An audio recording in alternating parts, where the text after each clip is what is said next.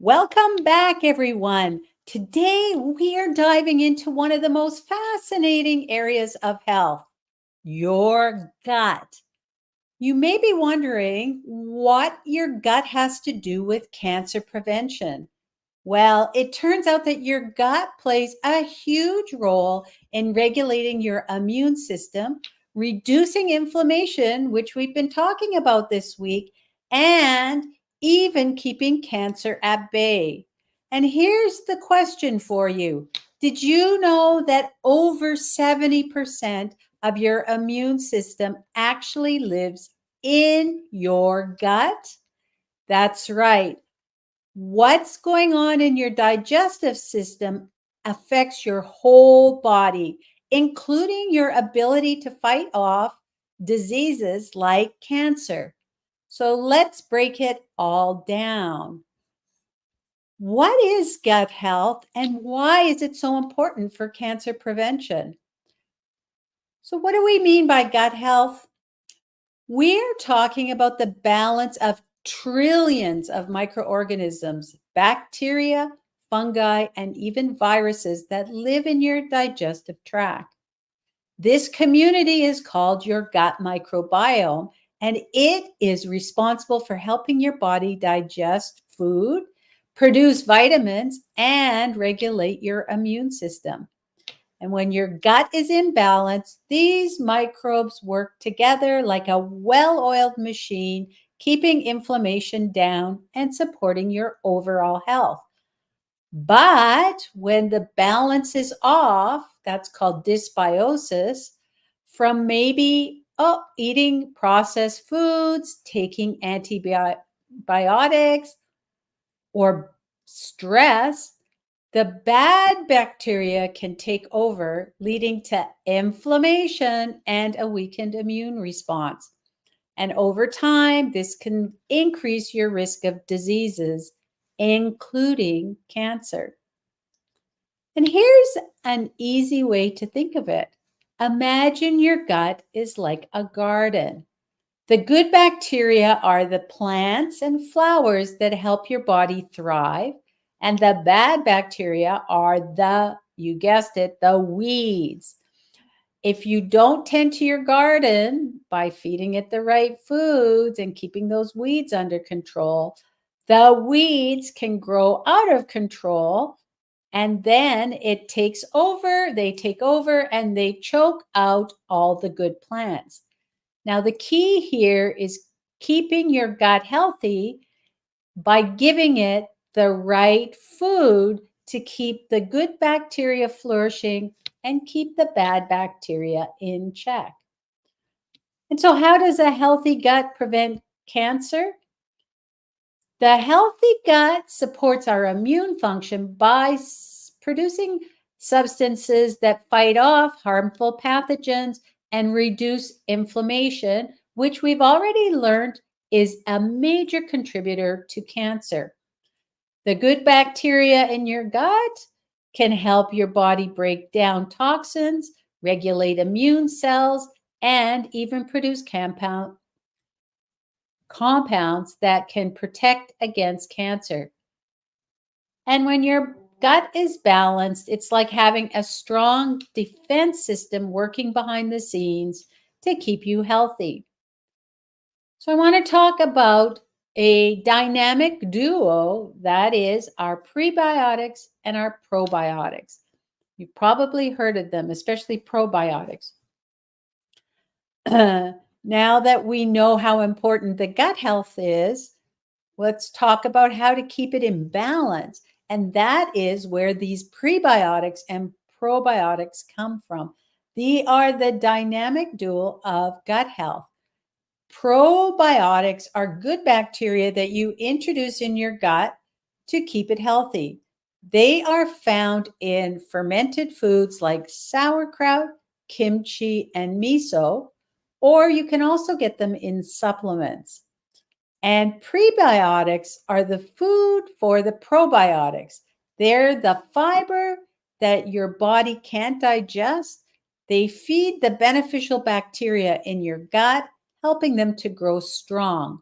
And prebiotics are found in foods like garlic, onions, banana, and oats, and many, many, many other plant sources. Think of prebiotics as the fertilizer that your gut garden needs, and the probiotics as the seeds that grow them into healthy. So the seeds, the probiotics are the seeds that grow into healthy plants. Without prebiotics, the probiotics wouldn't have the nutrients that they need to thrive. I want to talk about some scientific research on gut health and cancer prevention. There's research behind the gut health, and cancer prevention is actually very compelling. In one study published in the Nature Reviews Gastroenterology and Hepatology, showed that people with a diverse, balanced gut microbiome have a reduced risk of colorectal cancer, which is one of the most common cancers linked to poor gut health. In contrast, individuals with imbalances in their gut bacteria, often caused by a poor diet or prolonged antibiotic use, have a higher risk of inflammation and cancer. In another study from Harvard Medical School, they found that probiotics can actually enhance the body's immune response to cancer therapies, improving their effectiveness. And this shows just how powerful your gut health is and can be to influencing your cancer prevention and treatment. And so, what is the difference between prebiotics and probiotics, and why do I need both? So, your probiotics, as we mentioned, are the beneficial bacteria themselves, while the prebiotics are the food that helps those good bacteria grow and stay strong. And you need both because taking probiotics without feeding them the prebiotics is like planting seeds without watering them. You need the combo to keep your gut healthy and balanced. And here are some simple everyday foods that you can add to your diet to boost your gut health. So, we already talked about probiotic rich foods being fermented foods. So, sauerkraut is a fermented food that's loaded with probiotics to support our gut health. And be careful, make sure you get it in the refrigerated section. If you buy it off the shelf in the condiment section, then it has been pasteurized, which means that they've killed off all of those wonderful probiotics. And kimchi is another food that contains beneficial bacteria. And miso, which is a traditional Japanese fermented paste that's made from soybeans, is also a really good probiotic. There are so many others. You can get coconut yogurt. There are fermented cheeses, so many ways to get in probiotic rich foods.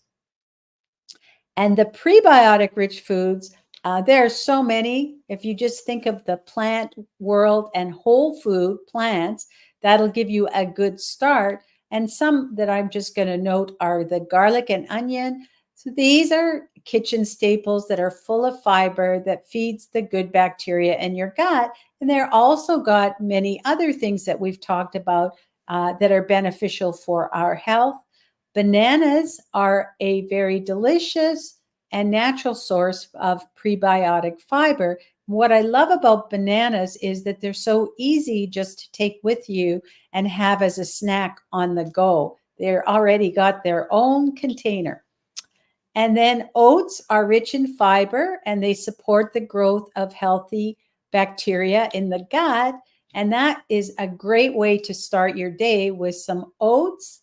And you can add some blueberries or other berries to it to get your anti inflammatory foods in as well.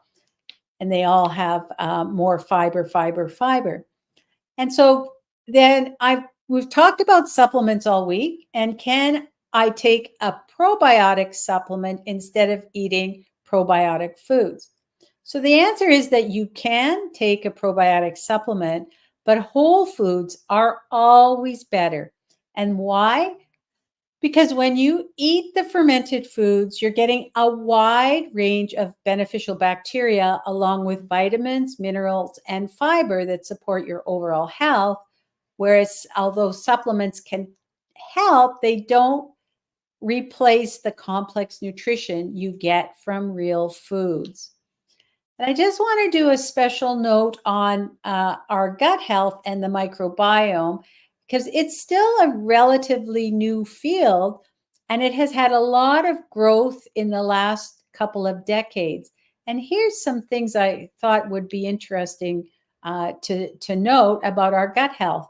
So, well, we've known for centuries that the bacteria live in the human body. It wasn't until the development of the modern DNA sequencing techniques that came in around the 2000s that scientists could actually accurately identify and study the vast diversity of microorganisms that are living in our guts.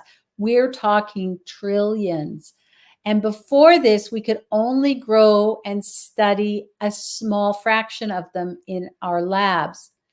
In addition, the Human Microbiome Project of 2007 was a groundbreaking project that was launched by the National Institute of Health aimed at mapping the entire microbiome of the healthy body.